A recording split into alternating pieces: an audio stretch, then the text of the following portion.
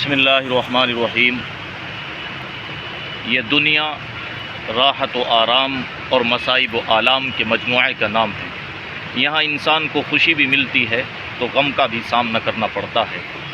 دنیا کا کوئی انسان کبھی یہ دعویٰ نہیں کر سکتا کہ وہ ہمیشہ اس دنیا کے اندر آفت و مصیبت ہی میں رہا ہے اور لمحہ بھر کے لیے بھی اس کو خوشی میسر نہیں آئی۔ جس طرح وہ یہ دعویٰ نہیں کر سکتا، اسی طرح دنیا کا کوئی انسان یہ دعویٰ بھی نہیں کر سکتا کہ وہ ہمیشہ راحت و آرام میں رہا ہے اور دنیا کے اندر اس کو کسی تکلیف کا سامنا نہیں کرنا پڑا۔ معلوم ہوا کہ یہ جہان جو اللہ تعالیٰ نے بنایا ہے یہ مصائب و آلام اور راحت و آرام کے مجموعے کا نام ہے۔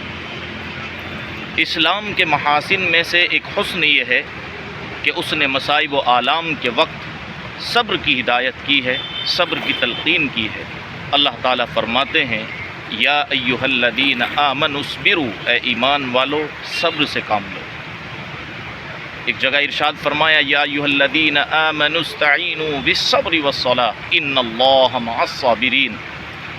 جس طرح اللہ تعالیٰ نے مصائب و آلام کے وقت صبر کی تلقین فرمائی ہے اور صبر کی ہدایت فرمائی ہے، اسی طرح راحت و آرام کے وقت ایک انسان کو اپنے شفیق پروردگار کی شکر گزاری کی بھی ہدایت فرمائی ہے کہ جب اس کو اللہ کی کوئی نعمت ملے، اس کو کوئی خوشی ملے تو وہ اپنے شفیق پروردگار کی شکر گزاری کرے۔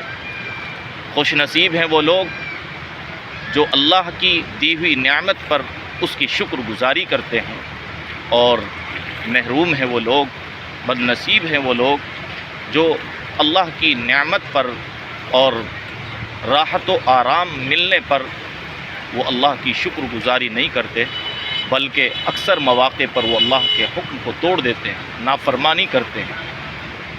اسی طریقے سے جب کوئی مصیبت پہنچتی ہے، تکلیف کا سامنا اس کو کرنا پڑتا ہے تو وہ صبر سے کام لیتا ہے۔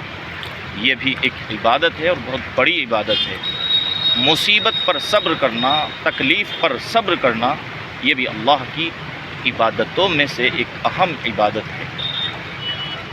اور کتنے نادان ہیں وہ لوگ جو مصائب و آلام سے گھبرا کر اپنی زندگی کو داؤں پر لگا دیتے ہیں اور وہ خود خودکشی کر بیٹھتے ہیں، اپنی جان کو گنوا بیٹھتے ہیں۔ جو اللہ کی دی ہوئی ایک امانت تھی اس کے پاس، وہ اس امانت کو ضائع کر دیتے ہیں۔ اس لیے ہمیں اس دنیا کے اندر کبھی خوشی ملے گی تو کبھی غم ملے گا۔ جب غم ملے تو ہم صبر سے کام لیں، اس کا مقابلہ کریں، اور جب کوئی خوشی ملے تو اپنے شفیق پروردگار کا شکر ادا کریں۔ جزاکم اللہ۔